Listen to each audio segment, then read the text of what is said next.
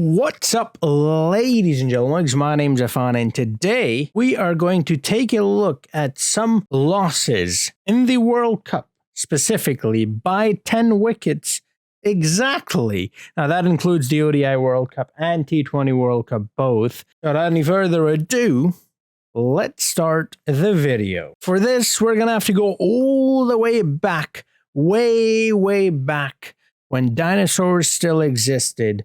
In 1975, that's right, people. Dinosaur existed in 1975. I'm joking, of course. And this was the 6th match in that World Cup on June 11th, 1975 to be exact. And it took place in Leeds in England, a very historic stadium. When it was East Africa taking on India, East Africa were put into bat first and they were all out by 120 runs only. Saeed Abid took 2 wickets, Madan Lal took 3, Krishan Bedi took just 1 wicket, and Mohinder Amarnath took 2 wickets. So India restricted East Africa in just 120 runs, and then Sunil Gavaskar and Farokh Engineer, wow, what a last name, chased it down with no trouble whatsoever. In just 29.5 overs, they scored 123 runs, 65 from Gavaskar and 54 from the engineer himself, and obviously without losing a single wicket. Now, another important thing about this is this was ODI number 24, just 24th ODI this match was, and at that time ODI was 60 overs game, with each bowler allowed to bowl up to 12 overs instead of 10. Then we will move on to match number 2, which took place in 1987,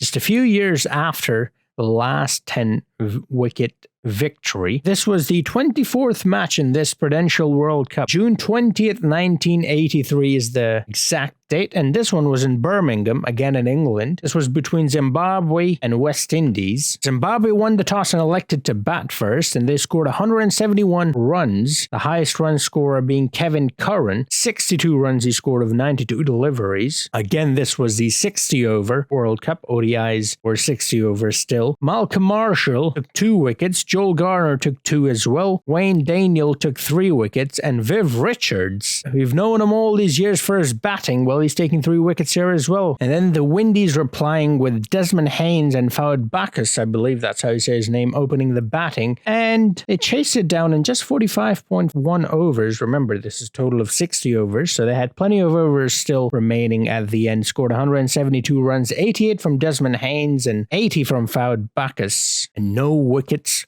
lost. Another 10-wicket victory in a World Cup. Now we'll move on to the next World Cup, which took place in 1992. This one is a 50 overs World Cup, and the exact date was February 23rd, 1992. This one was in Melbourne, Australia. It was just the 4th match of the tournament. It was Pakistan versus West Indies. Now, this is a very interesting result because 220 runs were scored by Pakistan. They lost just 2 wickets. Windies had won the toss and put Pakistan into bat first. And remember, this is 1992, so by those standards, 220 runs is not a small total. Ramiz Raja scored 100 in that innings as well. Javed Miadad, who was the captain in that match, not out for 57 runs. Just 2 wickets lost, so Winston Benjamin took a wicket and Roger Harper took a wicket, and the legendary Malcolm Marshall and Curtly Ambrose did not get any wickets under their names. And then the Windies boys came out with Desmond Haynes and Brian Lara opening the batting. Desmond Haynes scoring 93 runs, not out of 144. Brian Lara scoring 88 of 101 runs, but he was retired hurt. And Richie Richardson, the skipper, had to walk out and score the remaining 20 runs. Pakistan also gave up 20 in extras, totaling 221 runs, and the Windies boys taking that one home with ease. Now, the reason why I say this is an interesting result is because this was the same year, the same exact World Cup that Pakistan actually ended up winning. And also Pakistan at the time had the likes of Wasim Akram and Aqib Javed. These are legends of cricket that we look up to today, and they were unable to get a single wicket on that day. But all is good though. As I said, in the end, Pakistan was the one who ended up winning that World Cup under the leadership of the great Imran Khan. The next 10 wickets loss on the list is in the 2003 World Cup, February 12th to be exact. This World Cup was in South Africa, and it was between Kenya and South Africa. So Kenya elected to bat first, and they scored only 140 runs, 142 in reply from South Africa, literally turning it into a T20 game. They scored that in just 21.2 overs with no wickets lost. The highest run scored from the Kenyan side was Ravi Shah with 60 runs.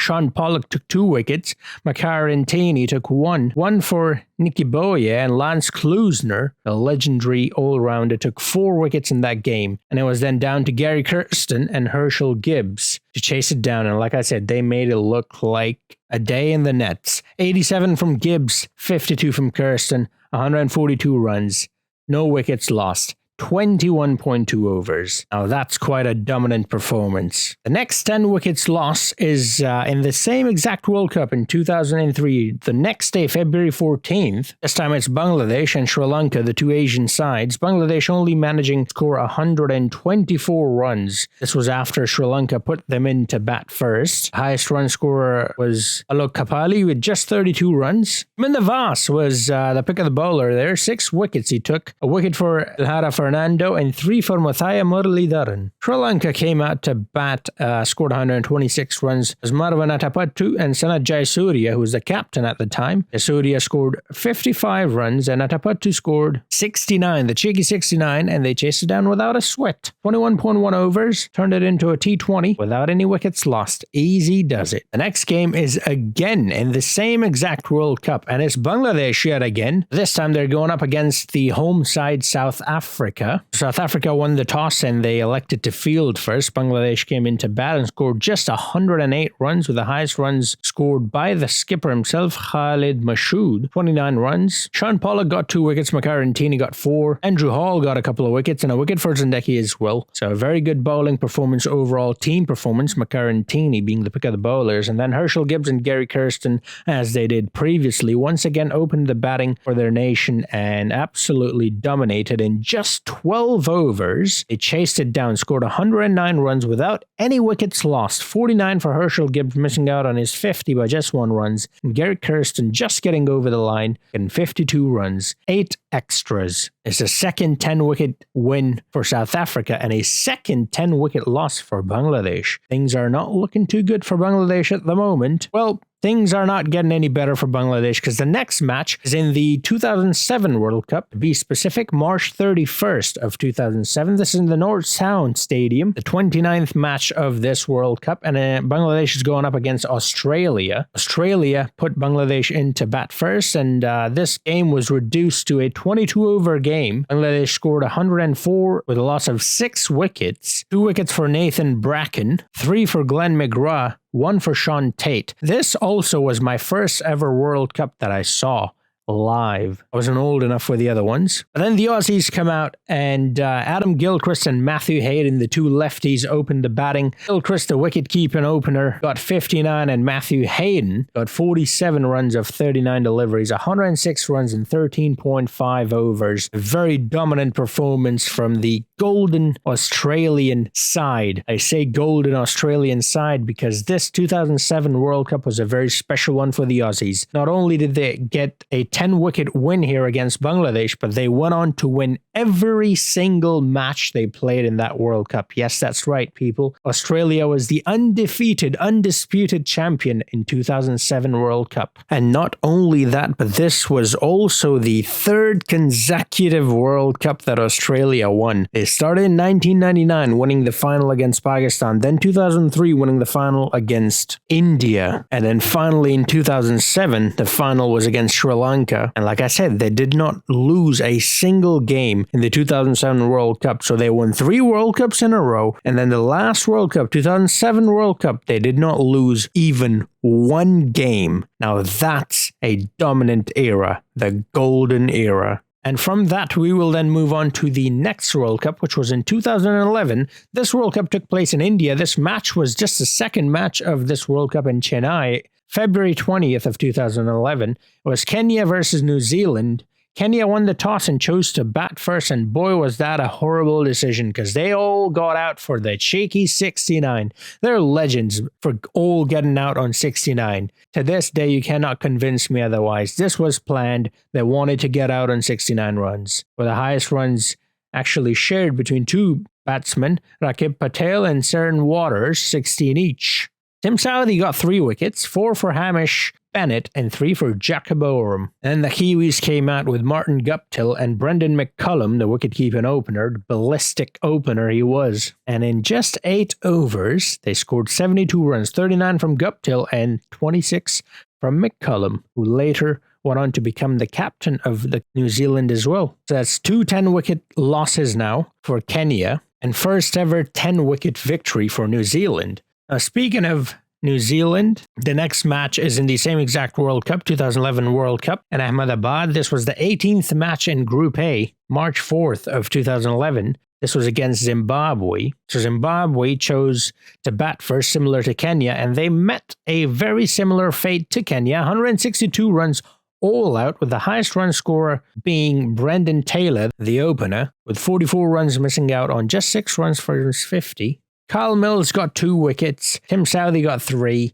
Daniel Vittori got 2 wickets, Scotty Cyrus got a wicket in that one as well, and then yet again, the 2 openers, Marty Guptill and Brendan McCullum, both opened the batting as they have done all throughout that World Cup for the Kiwis. Guppy getting 86 runs and Brendan McCullum getting 74 runs, chasing it down in 33.3 overs, 166 total, no wickets lost. Yet another 10-wicket win for the Kiwis, and yet another 10-wicket loss for Zimbabwe. So now we've got 3 nations, Kenya, Bangladesh, and Zimbabwe, who've lost multiple times by 10 wickets in the World Cup. And we've also got 3 nations who have won by 10 wickets multiple times in a World Cup. First one being West Indies, second one being South Africa, and third being New Zealand. The next 10-wicket loss was also in the 2011 World Cup, March 23rd. This one was in Mirpur. It was the first quarter-final between West Indies and Pakistan. West Indies had chosen to bat first after winning the toss. Now, if you remember, in 1992, West Indies had defeated the Pakistanis by 10 wickets. So Pakistan here got their own back. West Indies all out for 112 runs. Shivnarayan Chanderpal got 44 runs in that innings. Umar Gul got a wicket, 2 for Hafiz, 4 for Shahid Afridi, 2 for Saeed Ajmal, and 1 for Abdul Razak. And then Kamran Akmal and Muhammad Hafiz came out to bat for the Pakistan side, and Kamran Akmal scored 47 runs, 61 for Muhammad Hafiz, 113 runs total in 20.5 overs. First 10-wicket win for the boys in green in a World Cup. Now, the next 10-wicket loss is also in the 2011 World Cup. This was the 4th quarterfinal in Colombo, home to the side that was actually playing in that World Cup. It was England and Sri Lanka, and you can guess which team it was a home to. Of course, it was England. No, I'm joking. It was Sri Lanka. Anyways, 229 runs with a loss of 6 wickets. Jonathan Trott scoring the highest amount of runs, which was 86. But Owen Morgan also deserves a shout out as he scored a 50 of 55 deliveries, quite a belligerent innings. Lasith Malinga got a wicket. Tilakaratne Dilshan got a wicket. 1 for Angelo Matthews, 1 for Ajantha Mendes, and 2 for Mathaya Muralidharan. And then the Sri Lankans came out to bat. Upal Taranga and Tilakaratne Dilshan opened the batting for Sri Lanka. 102 for Upal Taranga and 108 for the Dil Scoop. 231 runs in 39.3 overs. What a dominant batting performance. And against a very big side, that is England, on a very big stage as well, the quarterfinals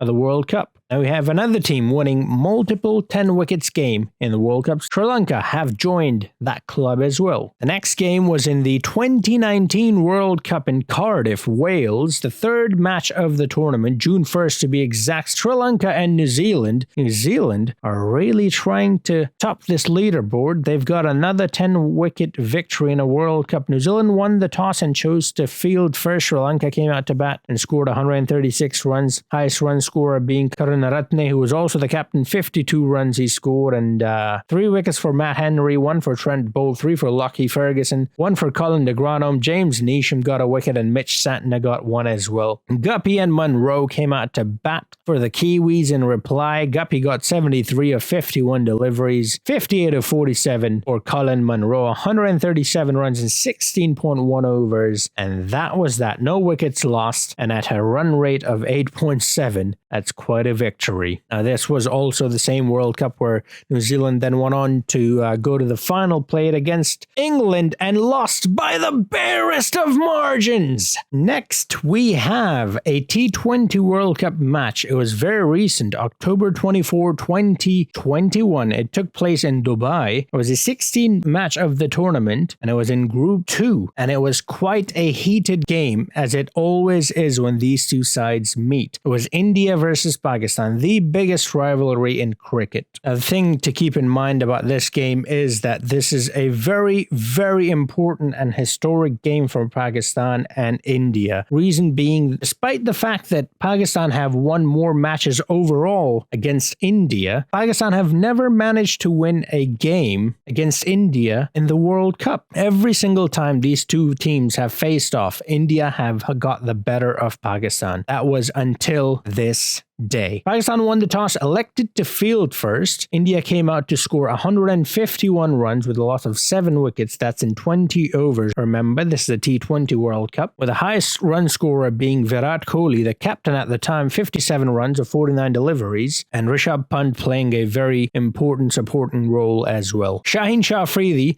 was absolutely fantastic that day with 3 wickets, 2 for Hassan Ali, 1 for Shadab Khan, and 1 for Haris Rauf. And then at the time, the number 1 batsman in the world and the number 2 batsman, I believe, or number 3, either he was number 2 or number 3, Babar Azam, who was also the skipper, came out to open for Pakistan. Mohammad Rizwan, being the number 1 batsman, scored 79 runs and 68 runs for the skipper, scored 152 runs in 17.5 overs. No wickets lost, a 10 wickets win against their arch nemesis. But not only that, first ever victory in the World Cup for Pakistan, and boy was it quite a dominant win. A win that Pakistanis will remember forever, and a defeat that Indians might never get over. And with that, Pakistan enters the list of teams who have won multiple times by 10 wickets in a World Cup. Now, India just had their first ever 10-wicket loss in a World Cup, and this is India, remember. They're a giant in the world of cricket. So this was quite devastating, and to have it against Pakistan made it even worse. But that wasn't the end of that for India. See, just the next year, November 10th, 2022, in Adelaide, the second semi-final of that year's T20 World Cup, it was India versus England. England elected to field first, putting India into bat. India scored 168 runs with a loss of 6 wickets, which seems like a very decent and defendable total. Virat Kohli scoring a half century, as well as Hardik Pandya with the highest amount of runs, 63 runs of 33 deliveries only. Chris Wokes got a wicket, Chris Jordan got 3, and Adil Rashid got 1 wicket as well. But that looked like a good total until the English boys came out to bat. It was Josie Butt,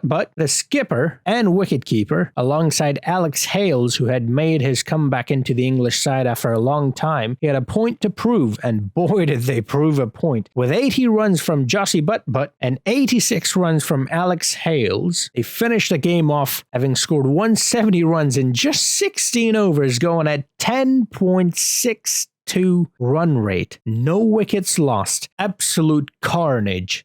Devastation. And yet another 10-wicket loss for India, and both losses within 13 months, this time under the captaincy of Rohit Sharma, the hitman. So to wrap it up, West Indies won by 10 wickets twice, New Zealand won by 10 wickets 3 times, South Africa won by 10 wickets twice, Sri Lanka won by 10 wickets twice, Pakistan won by 10 wickets twice, and on the losing side, we have Bangladesh leading with 3 losses, Zimbabwe, Kenya, and India tied for second place, as all of them got 2 losses by 10 wickets in a World Cup. So there you have it, ladies and gentlemugs. Those are all the 10 wickets losses on the World Cup stages. Let me know which one of those games was your favorite. Mine was definitely Pakistan versus India. It was a huge game, quite easily the biggest game of any World Cup whenever those two sides meet. It was a huge victory for Pakistan because this was the first time Pakistan defeated India. And again, this was against India. This was not Kenya. This was not Zimbabwe. This was India,